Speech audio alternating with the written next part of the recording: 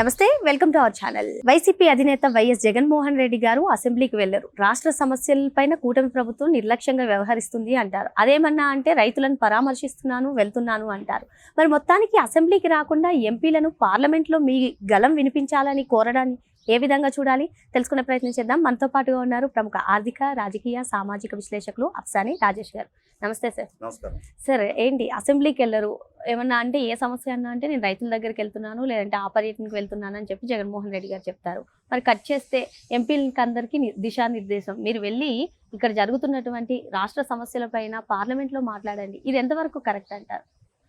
అంటే జగన్మోహన్ రెడ్డి గారి వైఖరి మొదటి నుంచి కూడా ఆయన సెంట్రిక్గా, తనకి గుర్తింపు దక్కితే పార్టీకి దక్కినట్టే, తనకి హోదా దక్కితే పార్టీకి దక్కినట్టే, తన కేసులు విచారణ వేగవంతం కాకుండా ఉంటే రాష్ట్రానికి ప్రయోజనం దక్కినట్టే.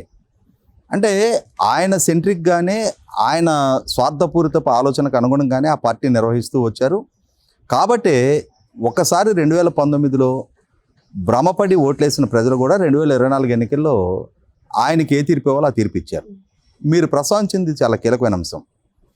ఇవాళ శాసనసభ్యులుగా ఎన్నికైన జగన్మోహన్ రెడ్డి గారు రాష్ట్ర అసెంబ్లీకి ఆయన కానీ, ఆయనకున్న 11 మంది శాసనసభ్యులు కానీ, అంటే ఆయన కాక మిగిలిన 10 మంది శాసనసభ్యులు కానీ కనీసం శాసనసభ సమావేశాల్లో పాల్గొనాలి. ప్రజలకు సంబంధించిన సమస్యలు కనీసం మాత్రం తమ నియోజకవర్గానికి సంబంధించిన సమస్యలైనా సరే అసెంబ్లీలో ప్రస్తావించాలి. ఇవాళ మాజీ ముఖ్యమంత్రిగా, పార్టీ అధ్యక్షుడిగా ప్రభుత్వాన్ని రాష్ట్రంలో ఉన్న వివిధ వర్గాల ప్రజలు, ప్రాంతాలకు సంబంధించిన సమస్యల పట్ల నిలదీయాలి, సమాధానాలు రాబట్టాలనే ప్రయత్నానికే ఆయన ఆలోచన కూడా చేయట్లా. అదేమంటే నాకు leader of the opposition status ఇవ్వలేదు కాబట్టి నేను శాసనసభకు హాజరు కావట్లేదు అంటున్నారు. మరి వాళ్ళ 543 మంది సభ్యులున్న లోక్సభలో వైసీపీ పార్టీకి ఉన్న 4 లోక్సభ సభ్యులు. మరి వాళ్ళ పార్టీకి అక్కడేమో లీడర్ ఆఫ్ ద అపోజిషన్ హోదా లేదు. లేకున్నా కూడా మరి వైసీపీ పార్టీ ఇవాళ మాకు leader of the opposition status ఇస్తే తప్పితే నేను సభకు రాను అని చెప్పని అక్కడేం గొంతెపు కోరికలు కోరకుండా సభకు హాజరవుతూ ఉన్నారు కదా. అక్కడ సమస్యల గురించి ప్రస్తావించండి అని చెప్తున్నారు. ఇక్కడ గమనించుకుంటే 2009లో సాక్షాత్తు జగన్మోహన్ రెడ్డి గారే లోక్సభ సభ్యుడు. 5 సంవత్సరాలు రాష్ట్రం నుంచి ఎన్నికైన లోక్సభ సభ్యుడిగా వైసీపీ పార్టీ నుంచి, తర్వాత ఉప ఎన్నికల్లో మేకపాటి రాజమోహన్ రెడ్డి గారు కూడా వైసీపీ నుంచి లోక్సభ సభ్యుడిగా ఎన్నికయ్యారు. కానీ కాంగ్రెస్తో విభేదించి పార్టీ ఏర్పాటు చేసినప్పుడు మొట్టమొదటిగా జగన్మోహన్ రెడ్డి గారు ఒక్కళ్ళే లోక్సభకు ప్రాతినిధ్యం వహించేవాళ్ళు ఆ పార్టీ నుంచి. తర్వాత రాజమోహన్ రెడ్డి గారు కూడా కలిసిన 2 లోక్సభ సభ్యులు ఉన్నారు. ఈ 2 లోక్సభ సభ్యులు కనీసం రాష్ట్ర విభజన సందర్భంగానైనా సరే విభజన బిల్లుకి వ్యతిరేకంగా కూడా గళం ఎత్తి తమ పార్టీ వాయిస్ని కూడా లోక్సభలో వినిపించకుండా ఆఖరికి లోక్సభలో విభజన బిల్లు పెట్టే టైంకి సోనియా గాంధీ గారు కంటపడాల్సి వస్తాయి అని చెప్పని తప్పించుకొని తిరిగిన వాడు జగన్మోహన్ రెడ్డి. ఆ తర్వాత చూసాం మనం 2014 నుంచి 19 వరకు కూడా ఆంధ్రప్రదేశ్ రాష్ట్రంలో 9 మంది లోక్సభ సభ్యులు ఉన్నారు. అలాగే తెలంగాణ రాష్ట్రంలో ఒక సభ్యుడు ఆయన పార్టీ నుంచి ఎన్నికయ్యారు. 8 + 1 9 మంది సభ్యులు.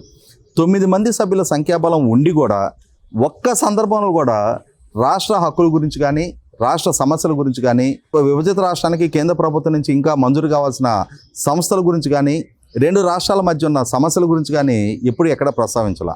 కాకుంటే ఎన్నికలు సమీపిస్తుండగా ఇక అప్పుడు గనక రాజీనామా చేసినా మళ్ళీ ఉప ఎన్నికలు జరగడానికి ఆస్కారం లేని సందర్భం చూసుకొని ప్రత్యేక హోదా అంశం మీద కేంద్ర ప్రభుత్వం మీద అవిశ్వాస తీర్మానపు నోటీస్ ఇచ్చి ఆ ప్రత్యేక హోదా డిమాండ్ మీద 2018 సంవత్సరంలో, అంటే అప్పుడు కనుక రాజీనామా చేస్తే ఇక మళ్ళీ ఆ నియోజకవర్గాల్లో ఉప ఎన్నికలు కూడా పెట్టడానికి ఆస్కారం లేని సందర్భం చూసుకొని రాజీనామా చేసి దాన్ని ఒక ఎన్నికల స్టంట్గా వాడుకున్నారు తప్ప అంతకు మించి రాష్ట్ర హక్కుల కోసం కానీ, రాష్ట్ర సమస్యల గురించి కానీ ఎప్పుడూ కేంద్రంలో ప్రస్తావించలా, పోరాడాల. తర్వాత 2019-24 చూసాం. 2019 ఎన్నికల సందర్భంగా ఆయన స్వయంగా రాష్ట్ర వ్యాప్తంగా పర్యటిస్తా నాకు మెజార్టీ ఎంపీ స్థానాలు ఇవ్వండి, చంద్రబాబు నాయుడు 5 సంవత్సరాల టెన్యూర్లో ప్రత్యేక హోదా ముగిసిన అధ్యాయము అన్నాడు.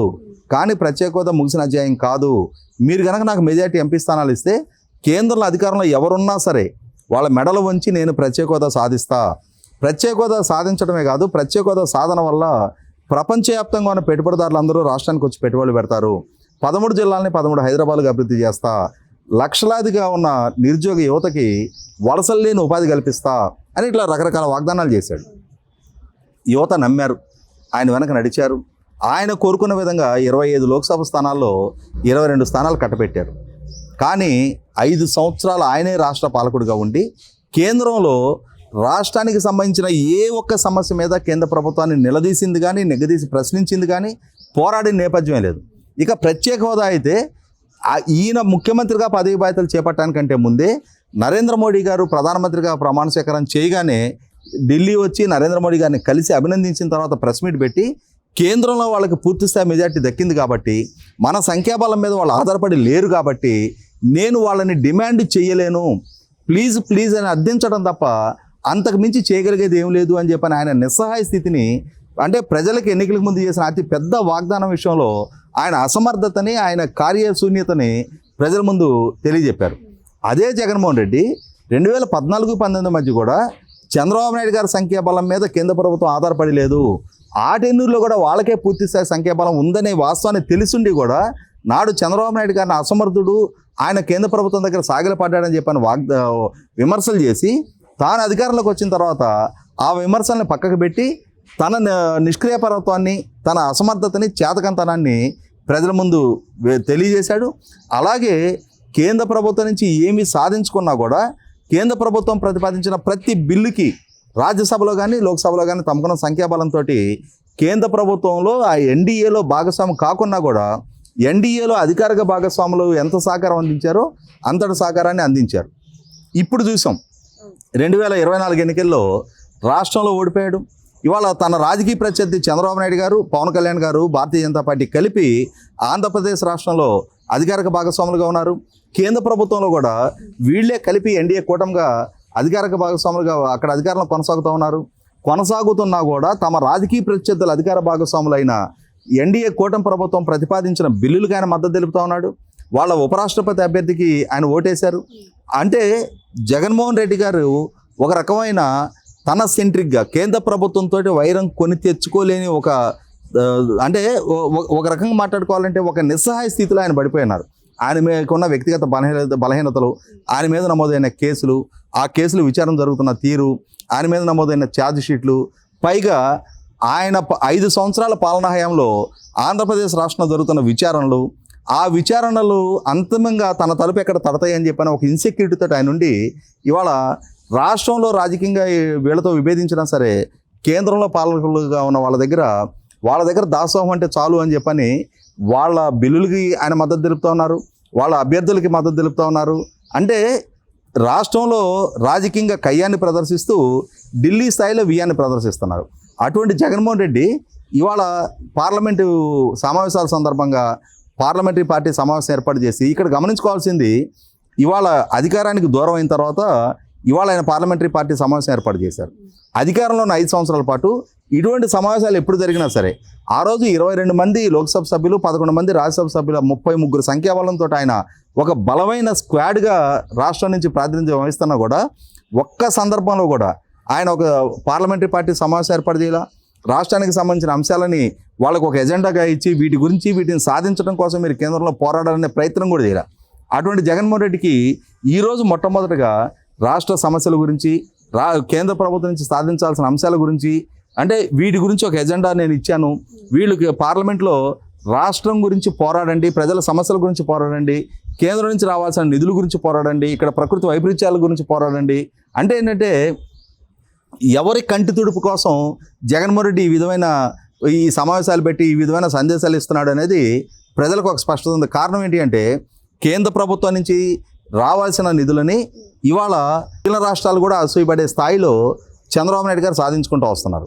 ఇప్పటికే మిగిలిన రాష్ట్రాలు కూడా కేంద్ర ప్రభుత్వాన్ని ఇవాళ మీరు ప్రతిపాదిస్తున్న ఈ బడ్జెట్ బీహారు, ఆంధ్రప్రదేశ్ రాష్ట్రాలకు మాత్రమే పరిమితమైన బడ్జెట్, దేశంలోని మిగిలిన రాష్ట్రాలను మీరు పరిగణలోకి తీసుకోవడం లేదు అని చెప్పని విమర్శించే స్థాయిలో సంస్థలని, నిధుల్ని రాష్ట్ర ప్రభుత్వం రప్పించుకోగలుగుతూ ఉన్నప్పుడు ఇవాళ జగన్మోహన్ రెడ్డి గారు ఆయన పార్లమెంట్ సభ్యులు ఇవాళ పార్లమెంట్లో గళం వినిపించి రాష్ట్రం కోసం పోరాడాల్సిన నెస్టీ లేదు.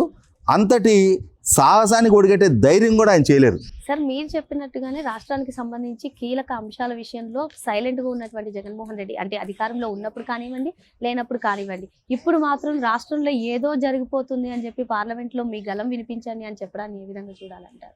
నేను అదే చెప్తున్నా, కేవలం మాకు కూడా లోక్సభలో సంఖ్యాబలం ఉంది, మాకు కూడా ఒక పార్లమెంటరీ పార్టీ ఉంది, నేను కూడా బాధ్యతాయుతమైన నాయకుడిగా రాష్ట్రం పట్ల కన్సర్న్ తోటి పార్లమెంటు సమావేశాలకు ముందు ఈ పార్లమెంటరీ పార్టీ సమావేశం ఏర్పాటు చేసి రాష్ట్ర సమస్యల గురించి వాళ్ళకి తెలియజెప్పి వాటిని పార్లమెంట్లో స్పందించమని చెప్పని నేను మా పార్లమెంటు సభ్యులు, లోక్సభ సభ్యులకి వాళ్ళకి మార్గనిర్దేశం చేశాను అని చెప్పని మీడియాలో చర్చనీయాంశం కావటం కోసం ఒక కంటితుడుపు సమావేశం, కంటితుడుపు ఉద్బోధే తప్ప నేను అదే చెప్తున్నా. ఇవాళ పార్లమెంటులో కేంద్ర ప్రభుత్వానికి వ్యతిరేకంగా రాష్ట్ర సమస్యల గురించి స్పందించి ప్రశ్నించాల్సిన అవసరం వాళ్ళకి లేదు. ఇవాళ రాష్ట్ర ప్రభుత్వం, కేంద్ర ప్రభుత్వం ప్రాపర్ కోఆర్డినేషన్ తోటి రాష్ట్రానికి సంబంధించిన అన్ని అంశాలని వీళ్ళే సాధించగలుగుతా ఉన్నప్పుడు వైసీపీ పార్టీయో, జగన్మోహన్ రెడ్డి గారో, వైసీపీ లోక్సభ పక్షము రాష్ట్ర సమస్యల గురించి పార్లమెంట్లో ప్రస్తావించి కేంద్ర ప్రభుత్వాన్ని నిలదీయాల్సిన అవసరం లేదు. అసలు అటువంటి పరిస్థితులు ఒకవేళ ఉత్పన్నమైన అటువంటి నిలదీసే సాహసానికి కూడా వైసీపీ పార్టీ ఒడిగట్టదనేది వాస్తవం. Thank you sir.